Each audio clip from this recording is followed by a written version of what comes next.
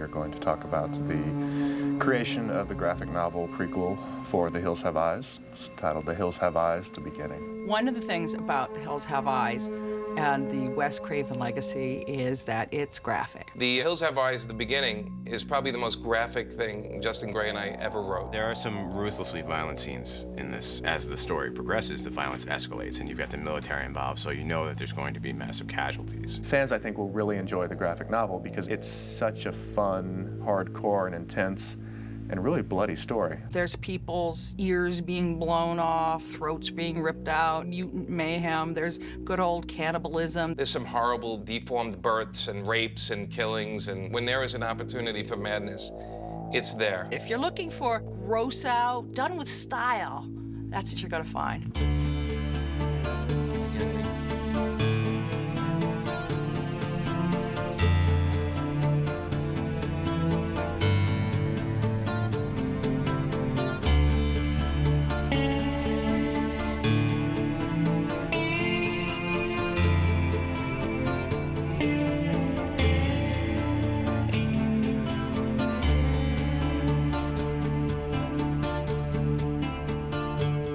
The Hills Have Eyes, The Beginning, as the title indicates, is a origin story. It's not a straight adaptation. It is a prequel to both The Hills Have Eyes 1 and The Hills Have Eyes 2. It's taking these characters that you see in both films, explaining why they're there, explaining their motivation. In doing so, it takes what is a scary story and makes it even scarier. These were regular people at one point, and these were people with families, husbands, wives, children. They had a community, and they happened to be living on a piece of real estate that pretty much the government wanted. They were being told to get out, but they were saying, hey, you know, here's $3 an acre, but you have to leave because we're going to start testing nukes. This is obviously before everyone knew the effects of radiation would actually, you know, be horrific. Here's this radiation that set in and changed these people slowly, and they started giving birth to these mutants, and eventually the later generation realizes that this was done to them. That's where the great conflict comes in with the revenge story or the family or getting back at different generations of people who've done things to them. The graphic novel covers pretty much the sweep of 60 years. The challenge for Justin and I were to make you empathize with these poor characters, how they were just trying to get by. I mean, it's not really their fault that they had an unquenchable thirst for human flesh.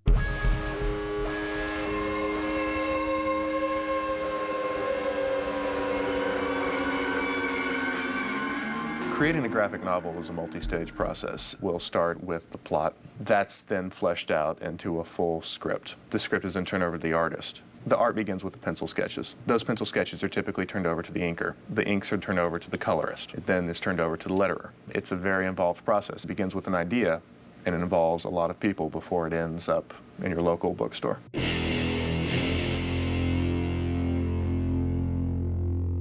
Jimmy and I are two writers from two different perspectives that mesh our work together based on an understanding of theme and understanding of what the story is that we're supposed to be doing. When we're writing it, we're hearing the music, we're smelling the desert, and we're seeing the blood, and we're experiencing what it's like for these people to experience how horrific it is. It's not just words after a while. We're seeing it as a film in our heads, and we're trying to project it onto a two-dimensional platform. We work in a full script, much like a film script. The formatting is slightly different, but it's instead of opening a scene, we do panel-by-panel descriptions, or we do overviews of pages depending on what the material is for that page. You know, you have a 10 by 15, which is our original art size we work in. You break down scenes, or at least dialogue beats, into panels. So you can have 4 panels on a page. It could be a splash page, which is one image, or it could be 30 panels of tight shots of little things going on. We have to develop camera angles, we have to develop lighting, we have to develop how the shadows work, how the characters interact. Because there's word balloons instead of sound, we need to look at a page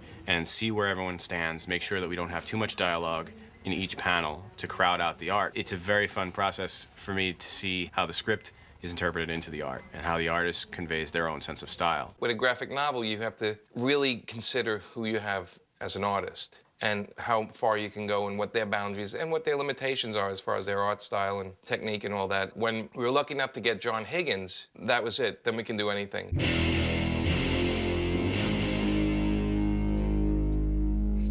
The writers have done a sort of like a really tight, lean script, which helps a lot from getting from the written word down to the visualization. As soon as I received the editor's script from Jimmy and Justin, I do very, very loose thumbnails. They're very, very brief, and so just to give a breakdown onto each page and get the panel layout sorted out in a 4-panel grid or whatever direction the writer is telling me, and just roughing in the shapes within each panel. If I'd have been writing a description, this is my way of writing in a visual sense exactly what the scriptwriter's written already. So I'm just basically taking it down from what I'm processing in my mind, interpreting his script into a visual, very simple visual sense. And when I interpret it from the thumbnail into the larger layout, that's when I start trying to visualize and actually seeing what I'm actually drawing. So I'll scribble on the page and try and lay out exactly what I want at that particular stage. Then I try to sort out where the blacks are going to go and where the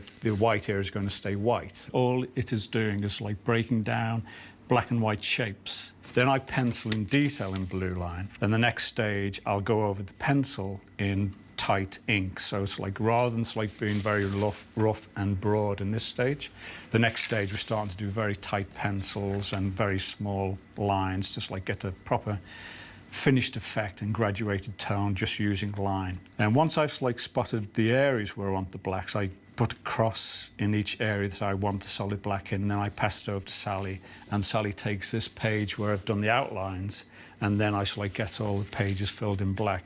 At this stage, when everything's finished and all the solid blacks are blacked in by Sally, my assistant, she will then scan it into the computer, and then that'll be the finished master TIFF file ready to send off to the colorist. Usually I do the coloring in my studio, but at this particular occasion, Dennis is going to be doing it, and it's going to be a journey of discovery, seeing how he's interpreting the imagery, and I'm really looking forward to seeing what he does.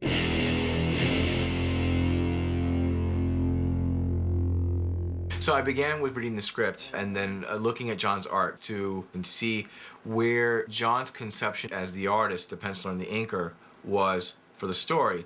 Because my feeling is that I have to then, as a colorist, march in step with the leader, which is the penciler and inker, which in this case is the very talented John Higgins. One thing that we discussed, the artist, the editor, everybody involved, is just what kind of color tone, what kind of color palette is appropriate for this kind of project. Also the fact that it's a horror film, clearly there's going to be a lot of blood, so there's going to be a lot of red. But for example, The Hills Have Eyes, there's a lot of yellow, a lot of dust colors, and it looks great. And we do that to a certain extent in the graphic novel because you want to be somewhat reminiscent of the material that this is being derived from. It's not a direct adaptation, but we want to feel that the graphic novel is another chapter in that same story. But for a comic book where you're really only dealing with 2 dimensions, you have to take that into consideration. You can't go totally sepia, you can't go totally dusky because it's a comic book and you're going to lose some of that pow, some of that bang, some of the pop that you need to make up for the fact that the characters in the comic aren't animated, they're not moving, they're not speaking, you don't hear music. You have to make up for that with a little bit more pizzazz, a little bit of a sharper color palette. So when I'm ready to go, I will actually begin filling in what I call flat tones before I actually go in and start rendering. Just fast forward, I do that for a couple hours. The second thing that I need to be concerned about is creating the illusion of depth and setting the scene. Then I'll go in and start actually rendering characters scene per scene, making sure that the continuity is accurate from panel to panel. So I keep rendering and I keep rendering, and I do this for a couple of hours. Jump forward, we have the finished piece ready to go to the letterer and then to the printer. So here's John's original piece in black and white. Here is the flat tones, all set for me to ready to color.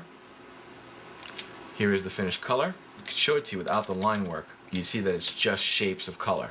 And here's with some of the special effects.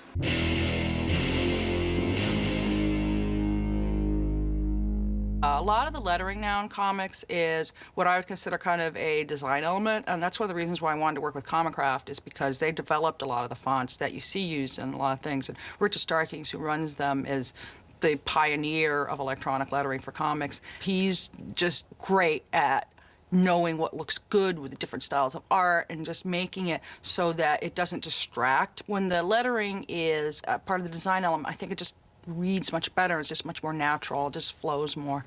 Once the letterer finishes his work, it's then turned over to the book designer. The book designer will also work with the cover artist to put the cover on the book, and fill out and create any interior pages that are necessary, for example, the credits page, the legal page, that sort of thing. So by the time all the pages are done on this assembly line process, that file is then turned over to HarperCollins. They then print it, and then it's distributed to bookstores around the country.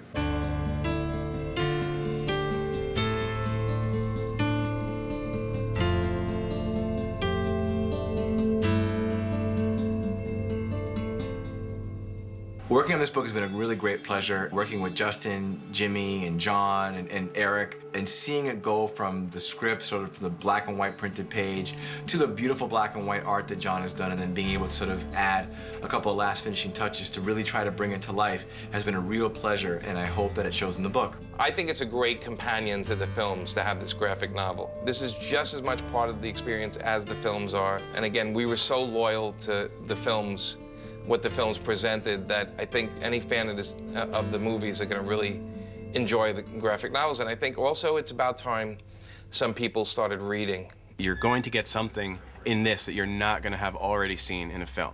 You say, oh, I've seen the film, do I really need to see it on paper? Yeah, you do need to see this. There's something happening here that expands on the film, makes your appreciation of the film that much stronger, and gives you something you didn't expect. The violence is just off the hook.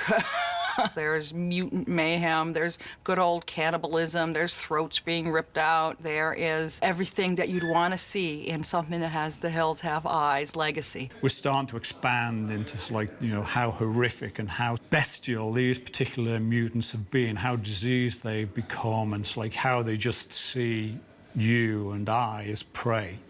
And what we're going to end up in the second half of this particular book is just going to be hell for leather, so, you know, violence, visceral disemboweling, and cannibalism, and all the sort of things we really enjoy seeing.